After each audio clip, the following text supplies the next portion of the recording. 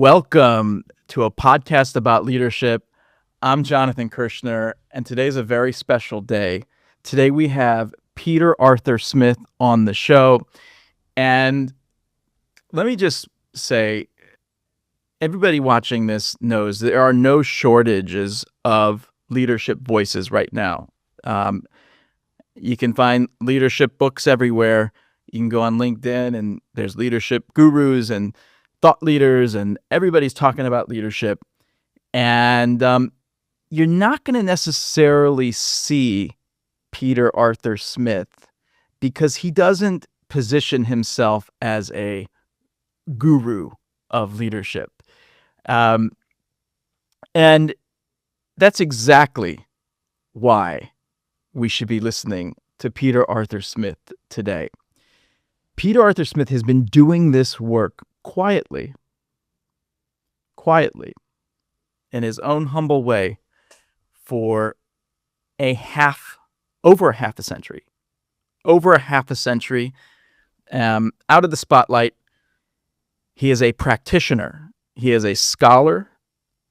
You would say student. I'm going to say scholar because we know each other well enough. And I know that you're a scholar of leadership, and I've learned so much personally from you.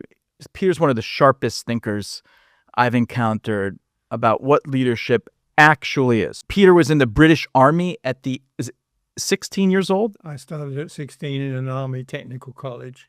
That's incredible. So starting at 16 years old, Peter started at a technical college in the British Army, was in the Royal Corps of Signals, right, and ran communication troops in the world's hotspots during the height of the Cold War, was in Belize, Aden, Cyprus, Northern Ireland. How many countries have you been in? Well, not in the British Army, but I visited nearly 90 countries. Nearly 90 countries. And 7 continents. And 7 continents. So you've seen a few things.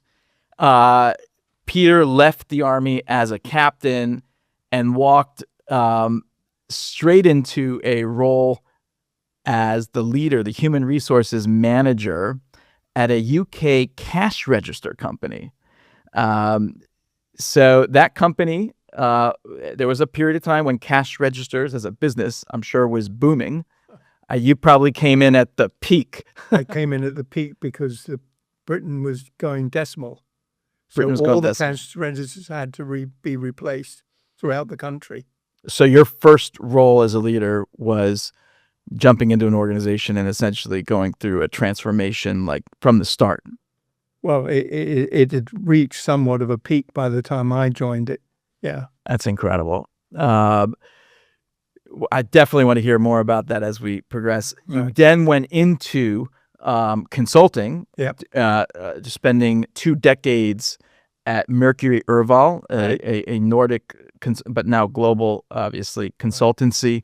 And in 1994, founded Leadership Solutions based in Manhattan, where he has consulted with leaders, leadership teams, and organizations.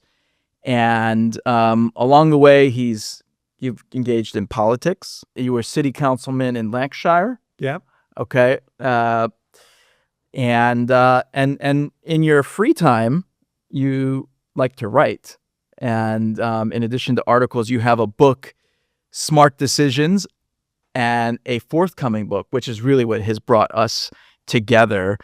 And that I'm quite excited about. And so we have a forthcoming book on leadership, and that's really going to be a lot of what we talk about today. Right. So, Peter, let's dive right in.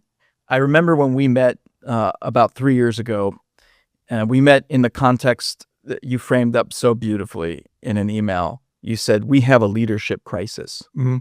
And I said, well, yeah, duh, we have a leadership crisis. But you said, no, we have to do something about it. And I want to get on a call with you. And I said, okay, this is either going to be like super bizarre and random.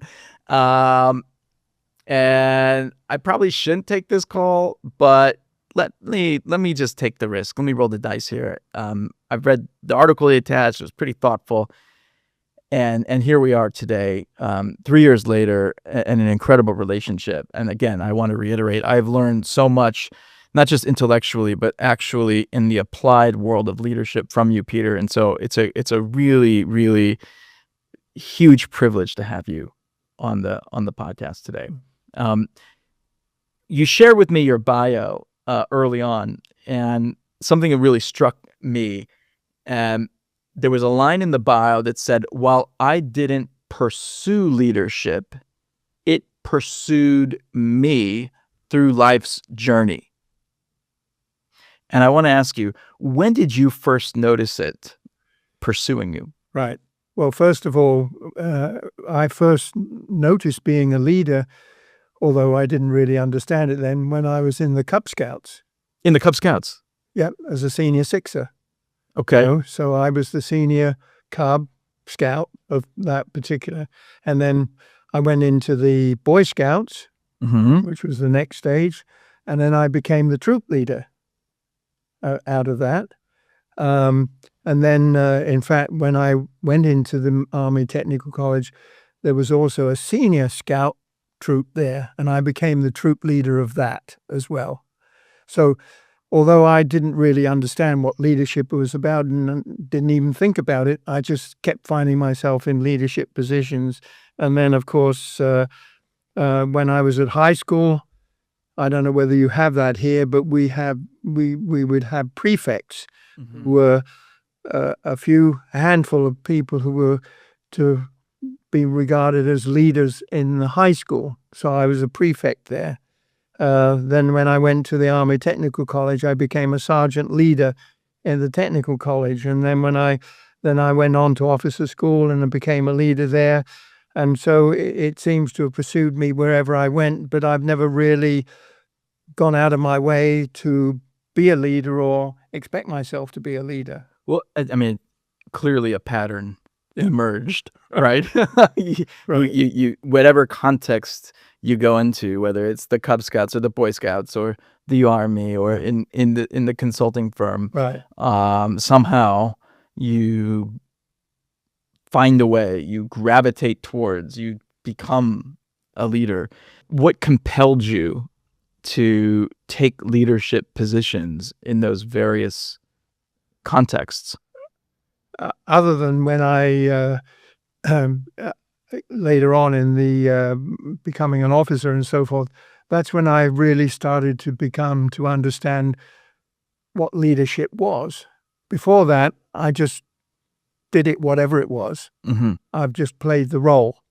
But then by the time I became an officer and really through education and so forth, really began to understand what leadership is. Although the reality is that since that, my mind has come much clearer about, in my view, what leadership is.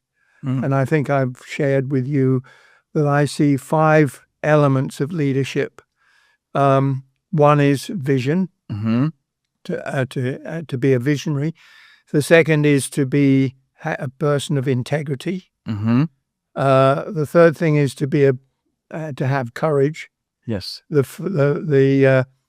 fourth thing is to have humility, and the final thing is to have wisdom. I don't know whether I portray any of those things terribly well, but well, certainly humility by saying that. Those are things that I admire in people who I regard as being good leaders. They have those 5 qualities to a greater or lesser extent, because I don't think there's many of us who have all of those absolute qualities, unfortunately. That's my take on leadership and where I've arrived at this moment in time. I love that, Peter. What did you learn about leadership, both like the positive, but also like what not to do, as a function of your experience in the Army? Right. Well, the one of the things that key things that was important that I learned about being a leader is that you take care of yourself last. You take care of your people first. You take care of them and make sure that their needs and so forth are met. And And then, in other words, if it came time to sit down and have food and so forth, you make sure that your people are fed. And then at the end, okay, maybe it's time for you to be fed. You're the last in the line.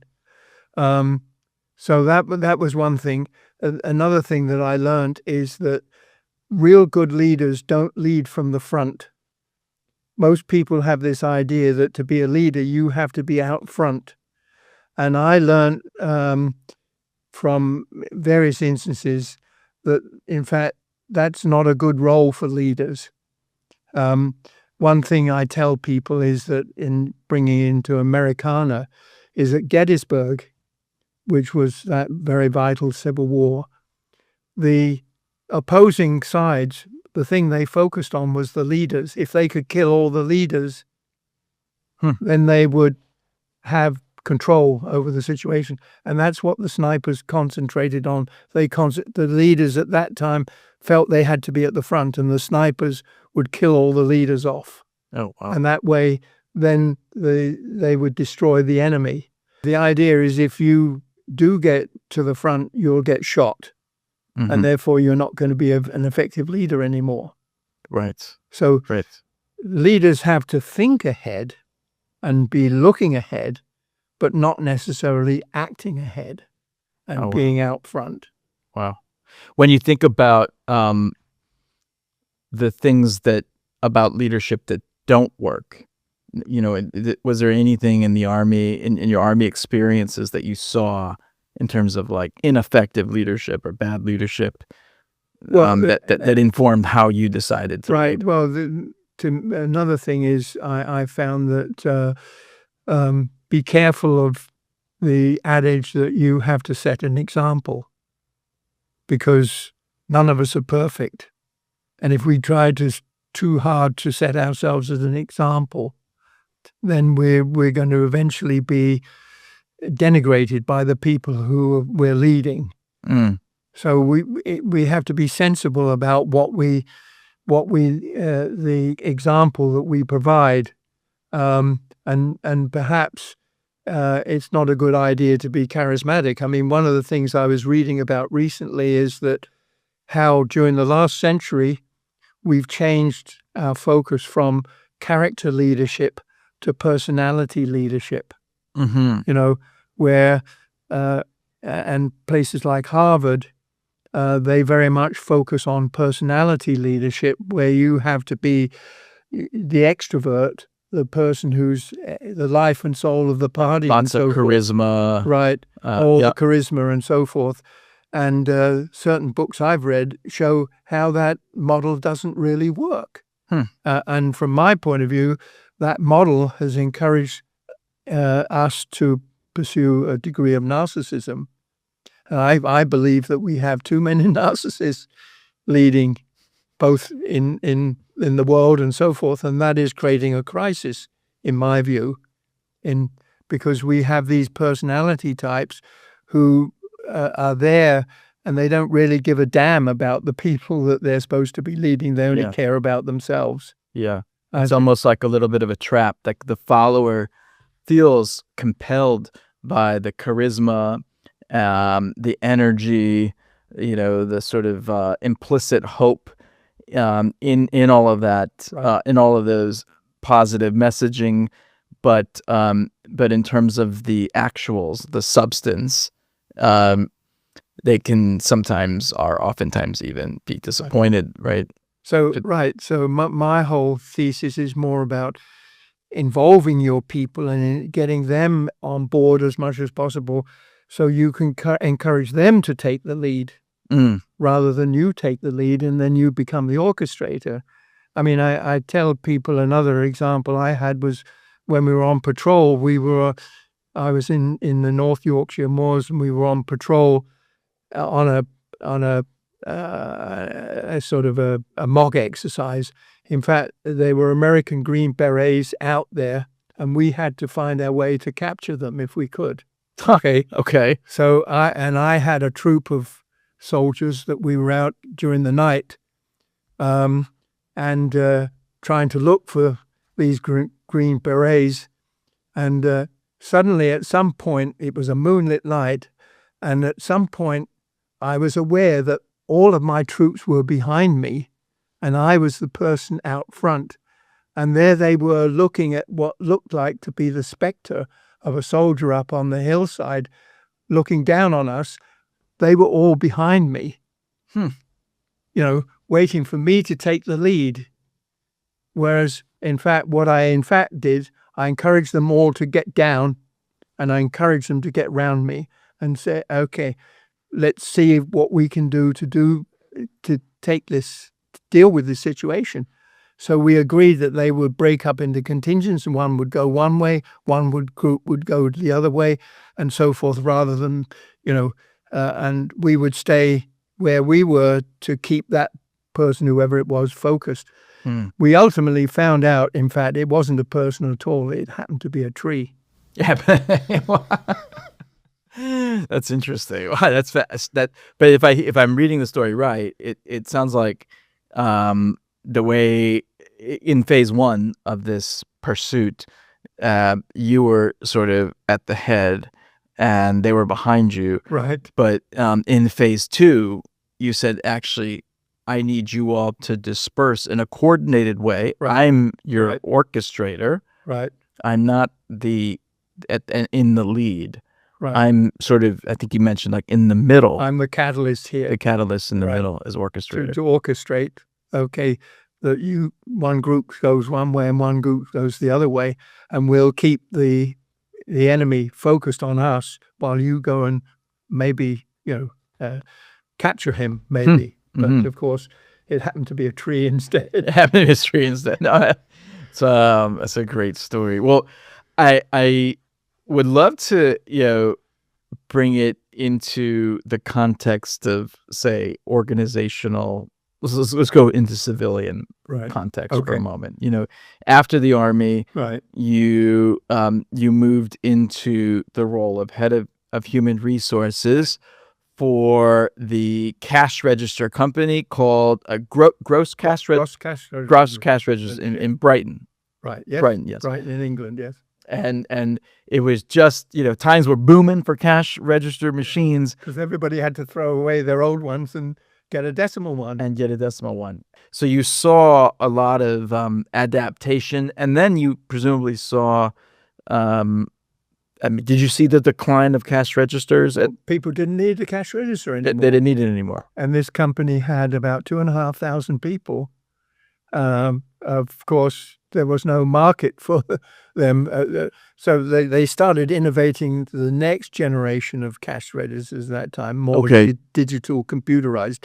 But they didn't need all of these people, so they decided they had to downsize. Yeah, and And you being the head of HR. In HR, with my small team that I had, we had to preside over all of these people leaving the company.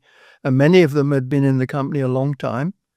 They were very talented, many of them very talented, very loyal people and so forth. And I can assure you there were a lot of tears. There were a lot of tears as we saw those people going through, and the procedure we had to take them through to end up their finances and everything so they could leave the company. And that was a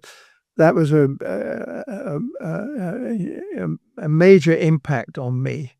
And the sad part is that even here we come today, and we're now talking, because of AI, we're now talking about many companies are going to be laying off a lot of people. Mm-hmm.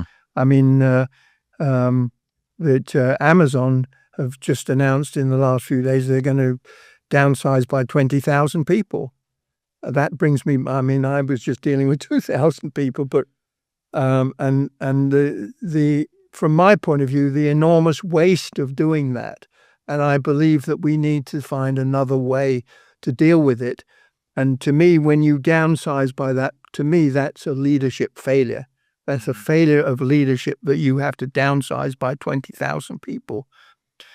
Instead of somebody like Amazon knowing full well that they were going to come to a point where they were going to put robots in and so forth to take the place of people. in my opinion, they could have 5 years ago started looking at other business exploring other business entities that would need the talents of some of these people that they had, and they could start growing other businesses so that those people didn't then have to be laid off, basically. And I believe this is where this shows that we have a tendency we get so focused on today and making money today, we're not looking ahead to say, well, how are we going to take advantage of all this talent that we have at our disposal instead of just throwing them out under the bus. It's a real tricky trap, right? You get real successful, and that success really like encourages short-term thinking in some ways, right? In some ways by necessity, right? Like you've got to fulfill the demand, and you have to focus on like how do we fill all these orders? Like we need to hire more people. We need to, and so you get very focused on the immediate, but you do that too much, and it's at the expense of like your strategic thinking, your longer term thinking, and your creative thinking, presumably, and making time to be thinking about tomorrow as well as today. Management too often focuses on today, as you said. Yeah, taking care of all these things that we have to do, get the products out of the door, and so forth.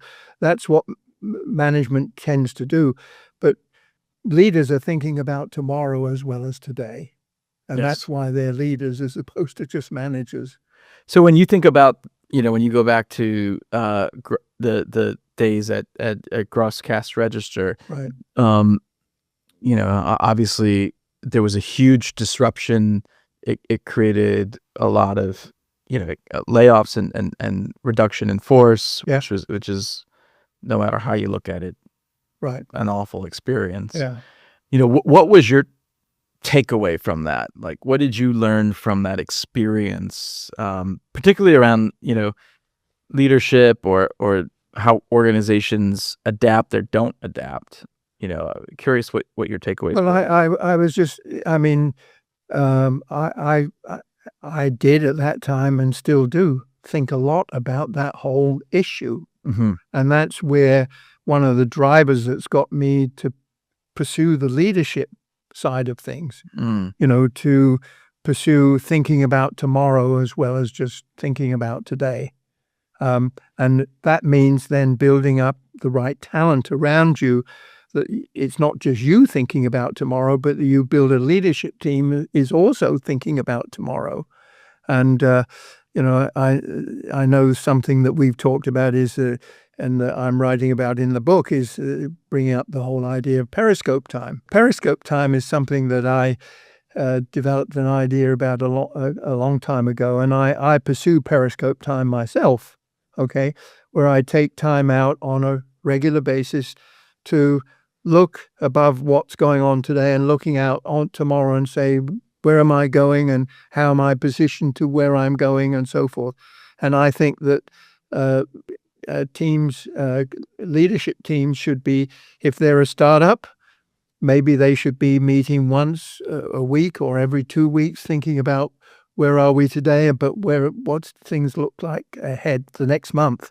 But then when you get to a growth company, maybe you're doing that once every month. You get the leadership team and thinking about where are we today, what's it look like for our opportunities for tomorrow, and positioning ourselves. If you become a really big company, well, maybe you do it something once a quarter.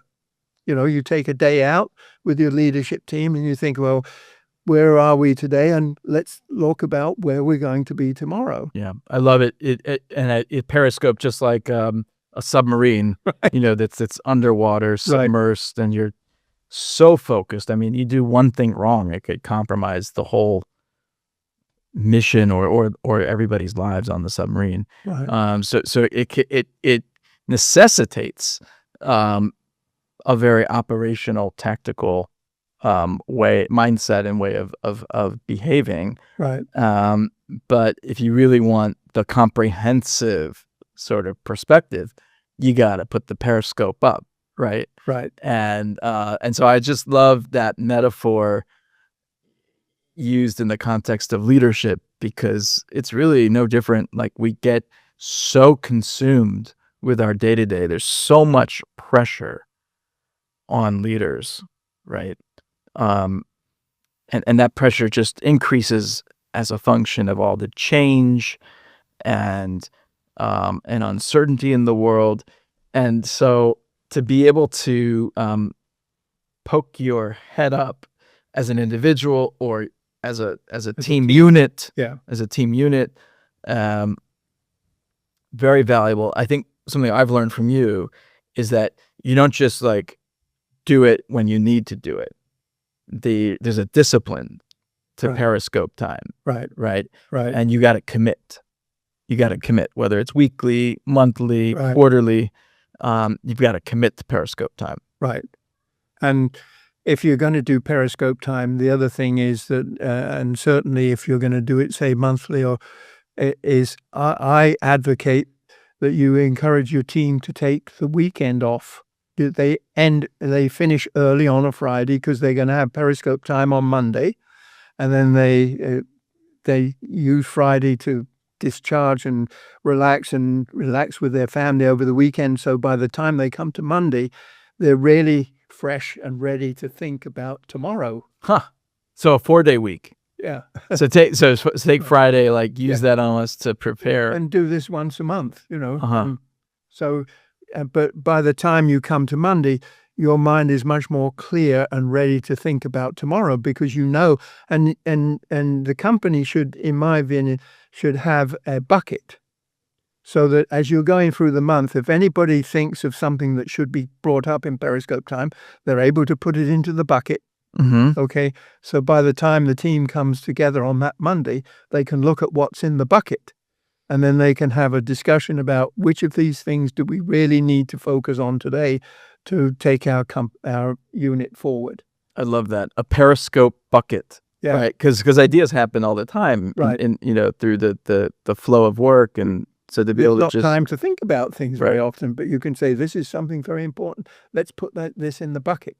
I like it. So Peter, in 2023, you wrote an article called "The World Leadership Crisis," which was really a powerful piece. And you talked about various dynamics that are converging and essentially leading to a leadership crisis. Not just in the US or the UK, but you're seeing it almost like pervasively around the world. Right. Help us understand that. Like, if you could just unpack a little bit of, what you're seeing and why are you calling it or thinking about it as a crisis? Well, I'm thinking about it as a crisis because there are so many forces building up, and bearing in mind there are some enormous narcissists leading us. These are people who seem to be intent on just asserting their egos in such a way that it doesn't really matter to them about what's happening in the rest of the world. I'm concerned that we're allowing ourselves to go along with it, rather than, and I start saying to myself, well, we've got to change the dynamic, because we can't have narcissists. As much as they're compelled to be leaders, we've got to somehow get away from that type of character. Otherwise, we're going to be perpetually in difficulty, from my point of view. And I just feel that even from that time, 2023, I think things are coming even more to a boiling point than they were at that particular time. How, when you, because you've been at this for over a half a century. Okay, it's longer than I've been living. That you've been studying leadership, writing about leadership, consulting to organizations about leadership, and then of course being a leader. Or trying to be. Or trying to be. I think trying to be is Right. is probably the best way to describe it. Like always, Yeah. Well, because it's that leaders hard. never stop learning. I mean, Leaders never it's stop a learning. constant development.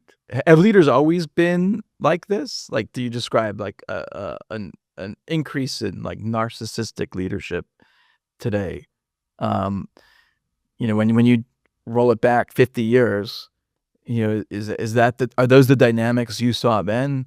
And I didn't see it in that way then. I mean, I was so naive when it came to leadership at that time. So it's just been a growth. It's been something that's grown along with me. I mean, and bearing in mind that, whenever I do get caught up with people talking about leadership, it distresses people that I meet very much, that they don't see the leadership in the world that they want. That causes me a great deal of pain that so many people I feel that they haven't had the experience of working with a good leader. Good leaders, unfortunately, are in a minority. yes, yes, And a lot of people don't have a good work experience. They don't have a good life experience or whatever, because they're very distressed about the leaders around them, or so-called leaders. yeah. It's very scary to think about that, especially like it's scary in general because you Yeah. need to have good leaders for any successful system, right? Whether it's an organization, a nonprofit, a startup, a government, a civilization, and you need good leadership, right, to thrive. But especially right now, when we think about, the advent of agentic AI and robots and where things could all go, if we don't have great leadership, it's kind of a scary thought. If we don't have good leadership, then I think I hate to think about it, but if we don't have good leadership, we're going to have enormous problems with AI. I mean, it keeps coming back to me how after World War I and where things were in the 20s and 30s, how things got so, they went chaotic and so forth, and they got so discombobulated, and then we ended up with World War II because the pressure was there. I just feel that if we allow AI to take over, I just can't see how humankind is going to accept that. And I'm just wondering what sort of distress that's going to create in the world, whether there's going to be all sorts of outbursts of rioting and so forth, because people are not going to accept it. Yeah. I mean, the certain view of the world that the robots and AI is going to come in and going to take over and take care of everything for us, I just can't see people being willing to accept that. Yeah. And I believe that will be another crux of another world war, basically, in some form or another. I don't know how it's going to evolve, but that's my concern. It's when you're more of a historian than I am, but just before World War I, there was a World Fair where they were, everybody's bringing like their innovations, and I think there were a lot of military innovations. We'd be like, "Wow, look at this! This is so, compelling, so fascinating." Wow, and then just a few years later, that's being used to wreak destruction on a scale that nobody ever could have possibly conceived. Right. Exactly. And the megalomaniacs that existed at that time, they just couldn't wait to have a war, basically. I mean, it just took one spark and off it went. Yeah. And potentially that's what could happen now. Like we could be having our World Fair moment right now. Right. Where we're like, wow, this is so cool. This is amazing, powerful technology. Right. Yeah. But to what degree people are going to be willing to accept it in the way that certain people visualize, and they visualize that, that they've envisioned a big underclass. Yes. We're going to have a big underclass, and I don't wonder how long that underclass is going to just sit back and accept it. Yes.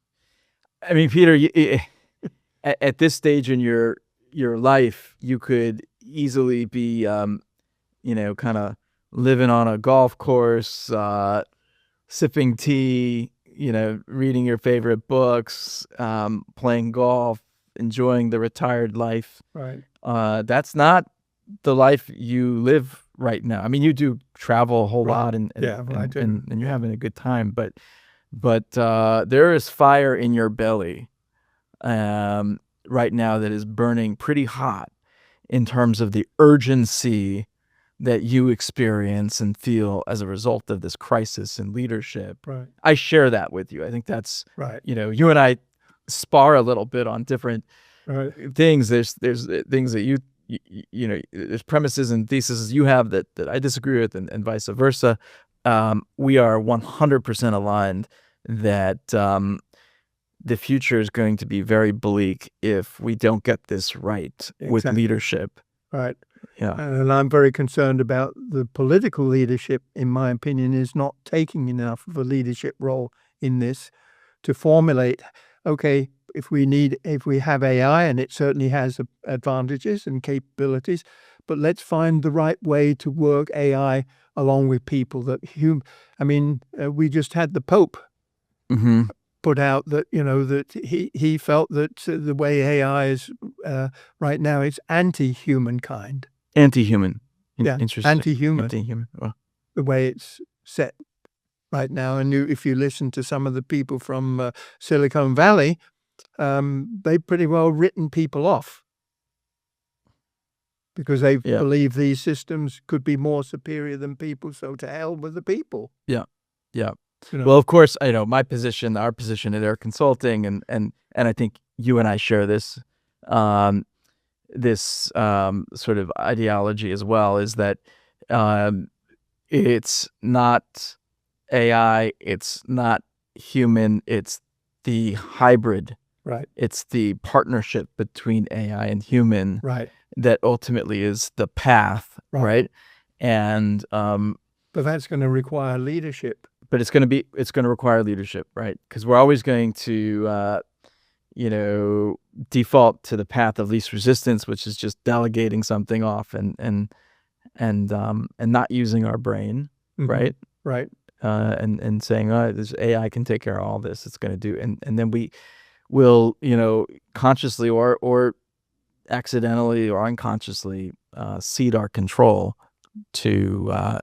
Well, because as somebody said way back in the 18th century, there's no expedient that man will not go to avoid the labor of thinking. Okay. Which is true when you think about it. I presume that is more relevant than ever right now. Right. And that's the lure of AI. Okay, we don't have to think. AI is going to do it for us. AI's got it. But unless we work with it in a smart way, we're in for a lot of trouble. I do have a lot of curiosity around the distinction between management and leadership. And that's something that you talk a lot about in the book. Yeah.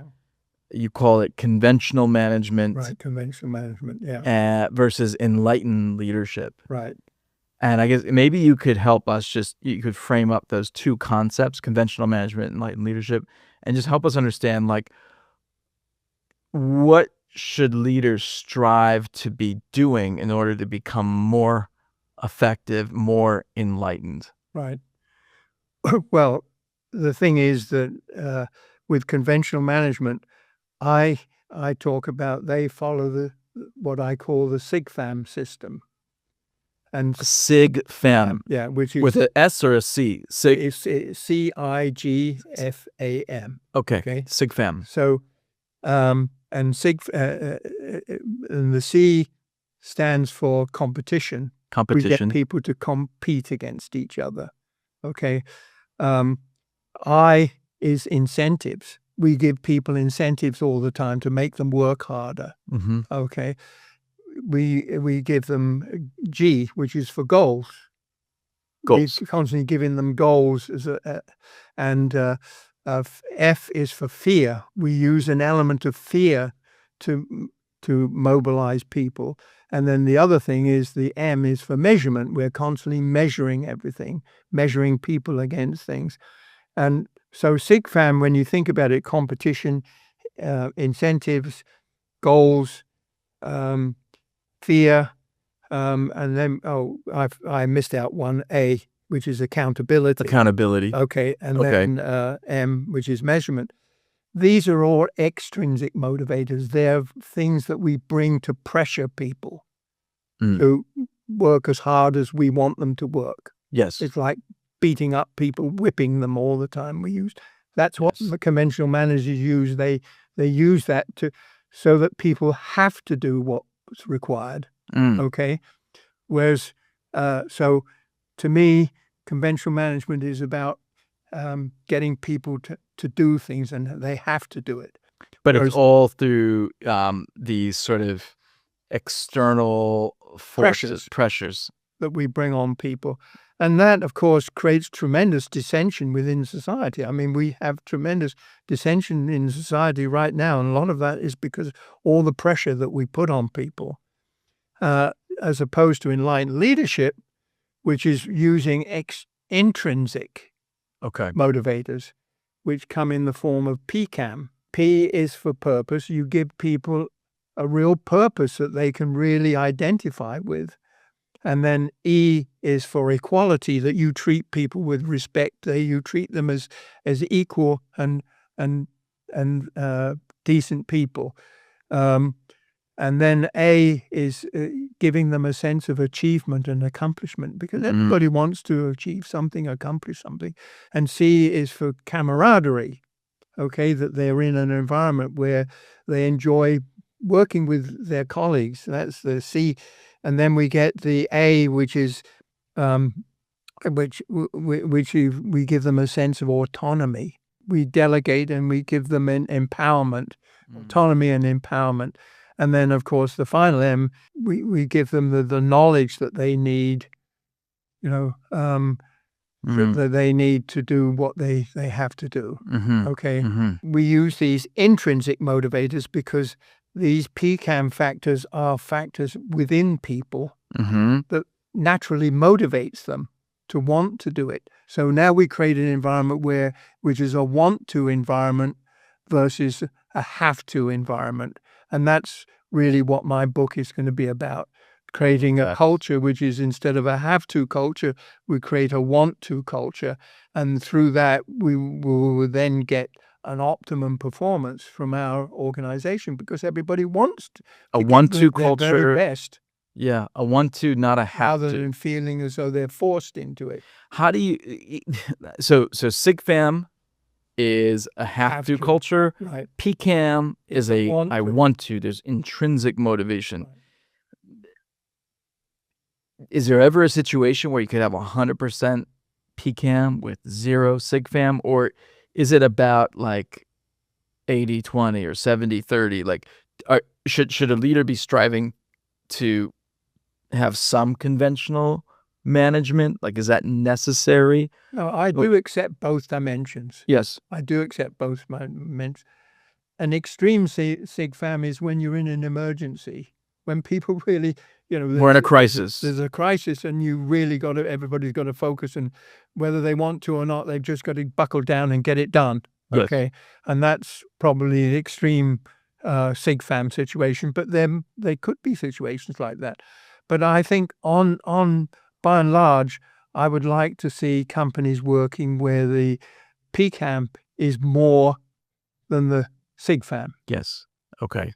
And the SIGFAM does, of course, create a certain amount of structure, systems, and so forth. We need that in order to keep things relatively stable. If we had too much PCAM, things could get a little bit get a bit chaotic, basically. So, as I've said, with leadership and management, it's the same as driving a car. To me, management is the brake, and leadership is the accelerator. So if you really want to build momentum, you bring leadership to the party. If you want to slow things down, you bring management to the party. Okay, just the same as when you're driving a car. Wow. And if we could educate, from my point of view, executives to know the difference between the two, so depending on what they want and how they want it to be, they know when to apply the gas and when to apply the brake. Yes. But we don't have that clarity right now. Right. Now, so one thing is you do need stability and structure. Right. But that is not how you thrive. Right. That's not how you grow sustainably. Right. You grow through the PCAM and through that enlightened leadership. The momentum that builds. Yes. Tell me that. So that's like very instructive as far as like individual leadership and how to be, essentially like a highly effective leader. When you step back and look at organizations and successful organizations versus unsuccessful or declining organizations, you bring up something in your book about the five curses, right? So the 5 curses, I guess, the 5 curses of conventional management, or is it 5 curses in general? They're very compatible with conventional management. Tell us about these 5 curses, and then presumably are there 5 antidotes as well to the curses? Yeah. Just help us understand. Well, from my point of view, the 5 curses are bureaucracy, hierarchy, efficiency think, negative messaging, and corruption. And corruption. Those are the 5 curses that we have in business and organizational life today. That's what we've grown up with. And I would like to see that through enlightened leadership that we have antidotes to that. So instead of bureaucracy, we put much more emphasis on two-way communication. So we don't need a bureaucracy to force people down. We cause people to go in the right direction because of the communication. We actually have real dialogue.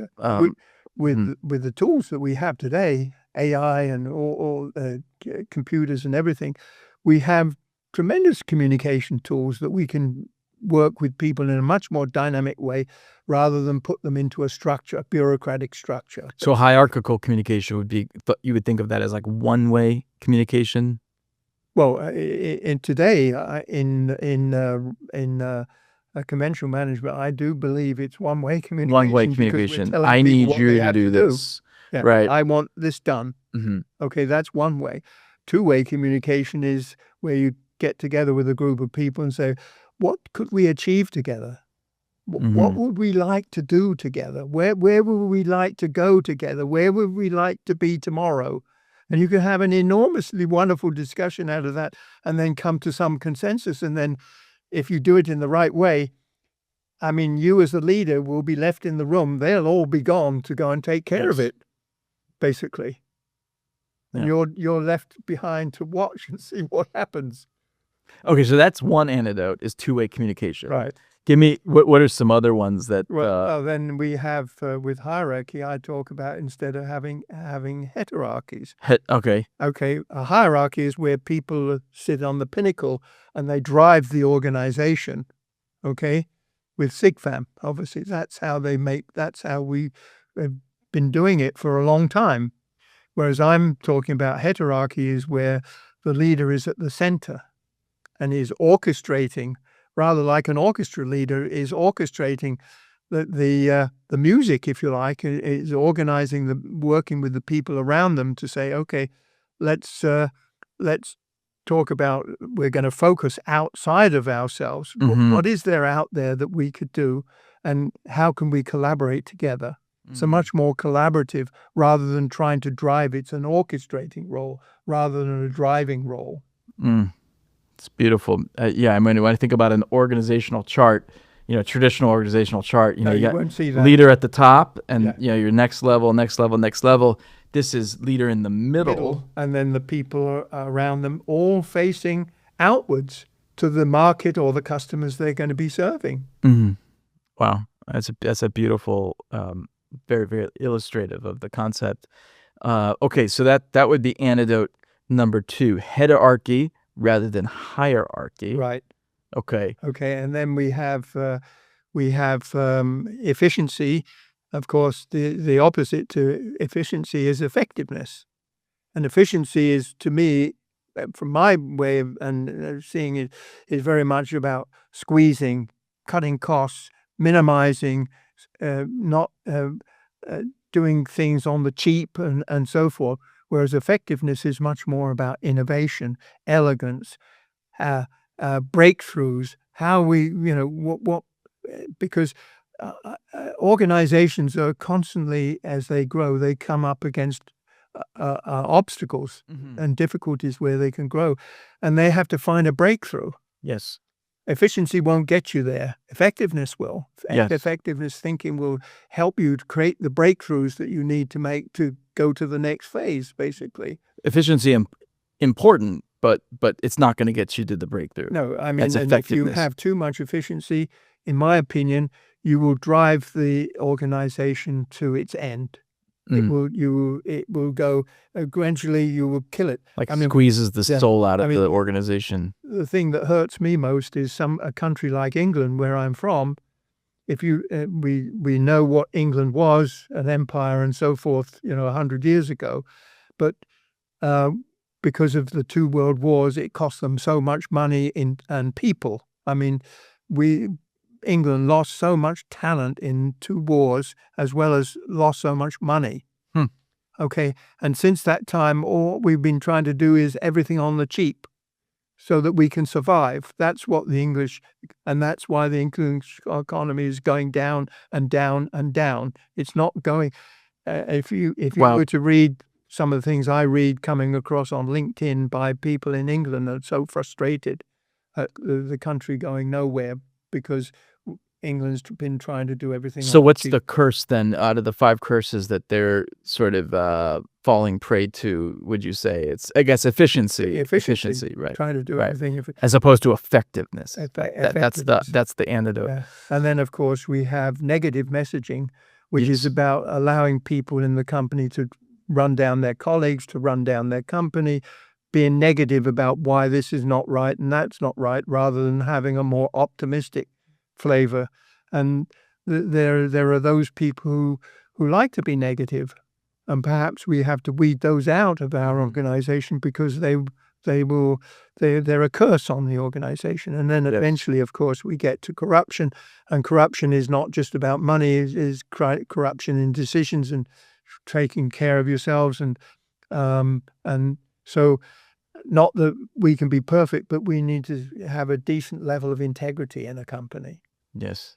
In order to succeed. When you think about these 5 curses and antidote, let's call them like pairings. Well, they're not pairings. They're, I guess, opposites of each other. But is there one in particular that comes to mind as being like most damaging or consequential in terms of the antidote? Well, from my point of view, I believe efficiency. Efficiency. Yeah. So, because I constantly feel frustrated that all we hear about is efficiency. In some cases, of course, they're using the word efficiency when they should be using the word effectiveness, quite frankly, but we've just got obsessed with the word efficiency. But to me, efficiency is also a euphemism for the word profit. We don't talk about profit anymore. We talk about efficiency instead. Yes. So it's a much more acceptable word, because when you think about it, efficiency is a euphemism for profit. Wow. And not that I'm against that. I mean, any company needs a degree of profit to get the sort of support and investors and so forth that they want. But you can overdo it to the point where you're killing the company rather than helping it, basically. Wow. So that to me is one of the biggest curses. And which of course goes along with another thing that is the whole issue of numbers and over people. Numbers over people. Right, that we are obsessed with numbers. We've become obsessed. Even from my point of view, when I think back to 30 or 40 years ago and where we've come since then, we're much more numbers as obsessed now than we were 40 or 50 years ago. And that's because, in my opinion, we've allowed the financial people to take the helm. Yeah. Well, it's really like tricky because an organization, grows to a certain size, and for many reasons, an organization will choose to IPO and go onto the public markets, and then what you see is in order to keep being successful, you have to engage in some of these curses, right? Especially the efficiency piece, right? Like you've got to be profitable. And See, I'm not so sure about that, because in fact, when you see the way that companies grow, they grow in a spiral fashion. Okay, say more. Okay, right? They grow it's like a growing spiral, or if you have efficiency, it's a downward spiral. If you have effectiveness, it's an upward spiral. But the thing is, as it goes through each loop, it comes to a point where, the company feels it's not growing anymore. And of course, we can use some of the conventional management tools that have been used, downsizing or right sizing or some of those things, rather than and each one of those cycles is what I call a reinvention cycle. Companies have to go through reinvention cycles. They have to reinvent themselves. They come to a point where they're not growing, that things are not going in the way they want. They have to reinvent themselves. And by reinventing themselves, they find new strategies. They find a different way of working. They upgrade in certain areas and so forth, so that they can now move forward again. I see. So it's never a company's never just growing in a straight line. No. Right. It's more like these spirals, and they get bigger and bigger. Bigger and bigger. Right. Like this. Okay. And so that would imply then that an organization, is successful today, reaches a point where it's not growing anymore. Uh-huh. Okay, so now they have to go through this reinvention cycle. And there's a reinvention cycle. Re-educating your people, looking at the products that you're doing and say, do we need to come up with different, we need to reinvent. We need to come up with different products, different services, that the market has changed to some extent. So we have to adapt ourselves in a different way. But again, if we educate our people, they will work with us to find the next cycle. And in fact, one of the things that I talk about right at the beginning of my book is how, in fact, we have a very structured way of growing, whereby we project what we want to do, then we plan, then we organize. Yes. Then we direct everything appropriately, and then control everything to make sure that, so we project the numbers that we want, we plan for the numbers that we want, we organize for the numbers that we want, we direct for the numbers that we want, and then we control everything to make sure that those numbers are accomplished. Okay, it's all around the numbers. Okay. Yes. Whereas with the leaders, they have a different a thing where they envision opportunities. Yes. And then they position themselves to take advantage of those opportunities, and then they engage their people to pursue those opportunities with them. And then they go to other people. Who else do we need to collaborate with to pursue these opportunities? And then eventually they will orchestrate everything to pursue those opportunities. And now you create a cyclical approach where the company, from my point of view, in all intents and purposes, is winding itself up. Wow, is winding itself up. That's beautiful. When you described that, the first word that came to my head was energy, right? In that ladder model where it's these loops that continue to grow. Oh, and right. There's like this flywheel momentum Yes. that gets created Right. through intrinsic motivation. Right. Whereas in the former, where it's very sort of conventional management, it's like, here's what I need you to do. Here's how we're going to measure it. Here's how the cadence of our check-ins and our accountability. Right. And force you to do this to some degree. And if you don't do it, Right. then you're right. That's the fear in SIGFAM. So very different approaches, and that's what Enlightened Leadership is about, taking this more cyclical approach to building a company rather than a structured approach. Well, I'd rather be on that ship.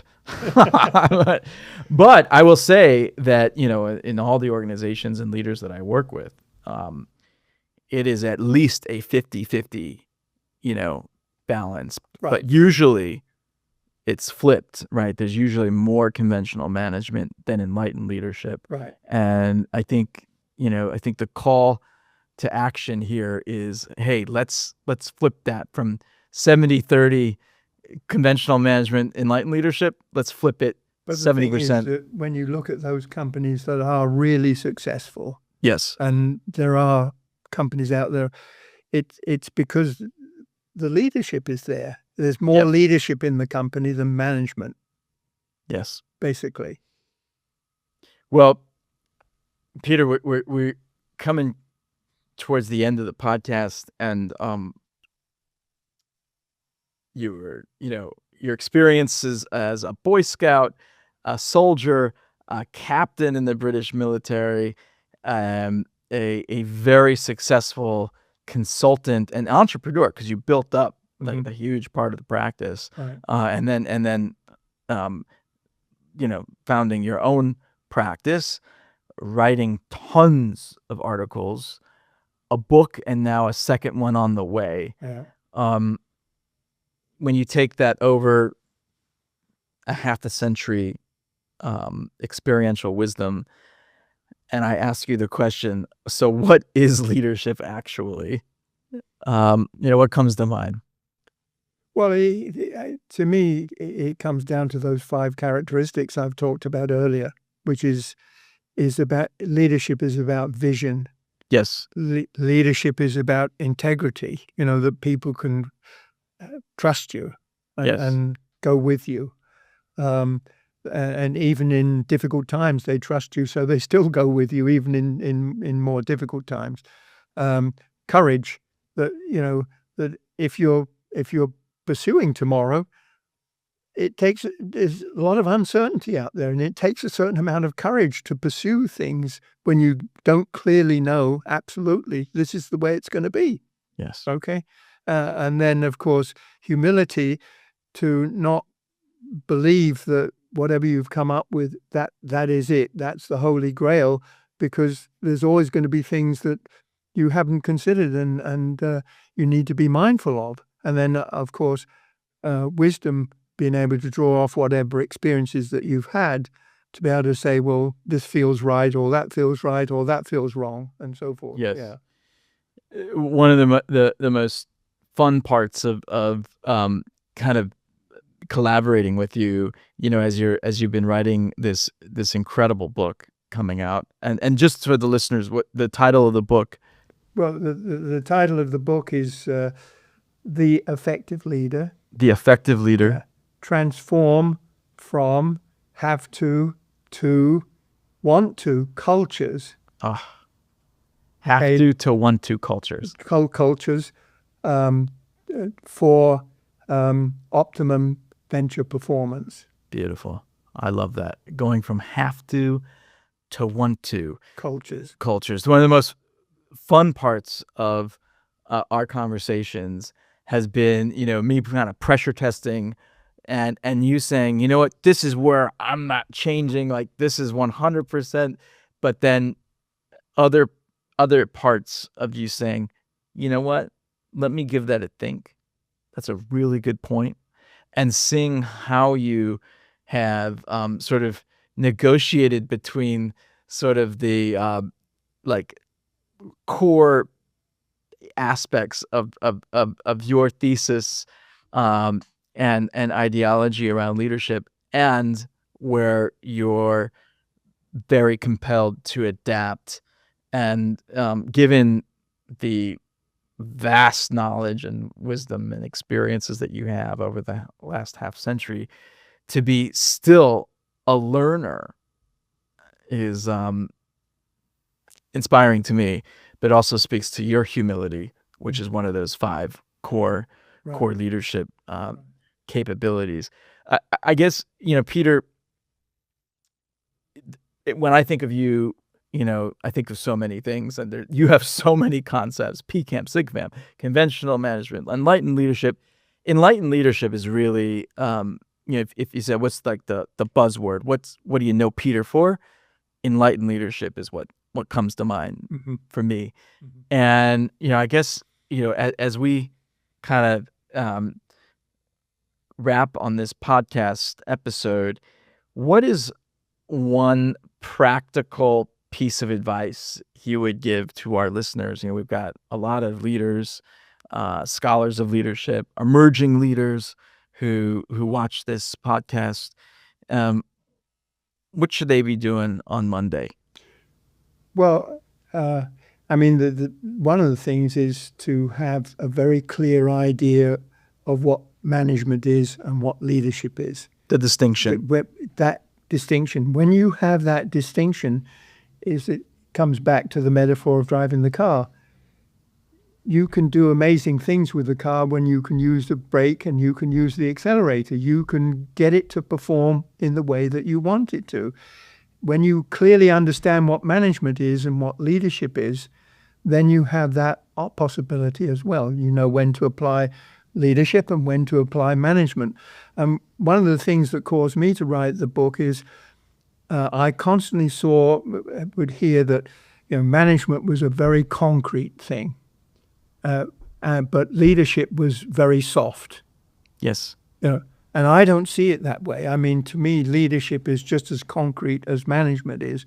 And until we get people to understand leadership is a vital, concrete thing as much as management is, and that we have these two capabilities, and if we can use those in the right way, I believe we could be much more successful. My feeling is, even if we had learned to do these things, we may not have even needed AI. Huh.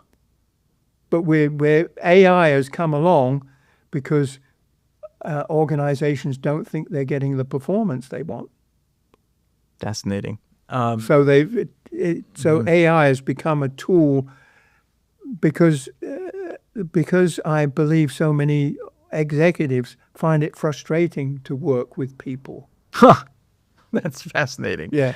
And so something like AI to them is a godsend that they can use this to deal with this awkward character called people.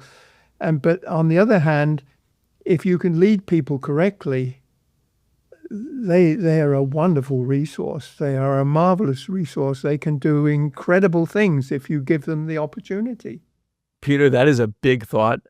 I mean, you know how much of a proponent I am of AI. So now I have to sleep on this one. I can't agree with you outright.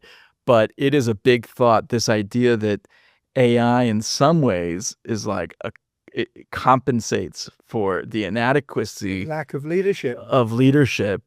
I gotta, that's like, a smoke a cigar, walk around the block kind of big, deep thinking idea there. That's really interesting. Right. Yeah. Wow. Okay. Well, I just want to thank you so much, Peter, for being here, for coming out to Philadelphia to join us on a podcast about leadership. I'm excited for the world. I'm excited for myself, selfishly, to get my hands on the book and to continue in the lifelong pursuit of effectiveness, which is, as I like to say, it's a muscle, and you stop going to the gym, that muscle goes away. So Very good metaphor. So I'm looking forward to having your book in my hands as soon as possible. Right. So thank you so much again, Peter, and thank you everybody for joining us on this incredibly engaging, thought-provoking session on a podcast about leadership. And we'll look forward to our next time.